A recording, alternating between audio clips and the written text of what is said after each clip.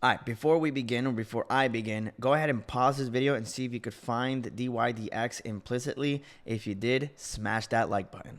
All right, so hopefully I didn't do this problem. I've made so many videos, I've lost like memorization as to which one. I just cannot remember which one I did. But anyways, even if I did this one, hopefully this one's better.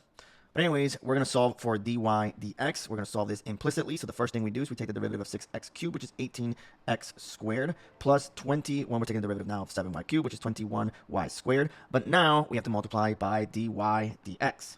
And now it's equal to 13xy. So over here, we can just factor out that 13. And what I'm going to do here is we're going to have to do the product rule. So since there's going to be a lot of dy dx, instead of writing dy dx, I'm just going to put prime for now.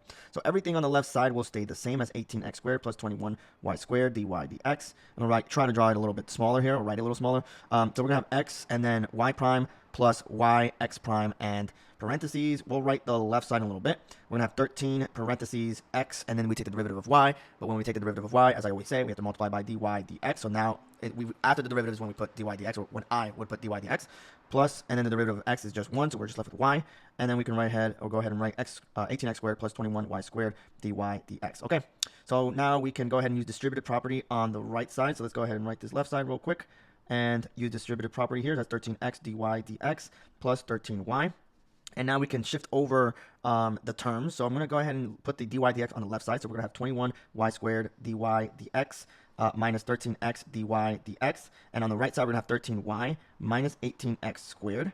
And now we can factor out that dy dx.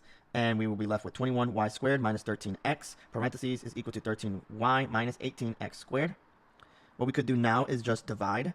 So we divide by 21y squared minus 13x. We get dy dx is equal to 13y minus 18x squared divided by 21y squared minus 13x. And this, ladies and gentlemen, is our final answer.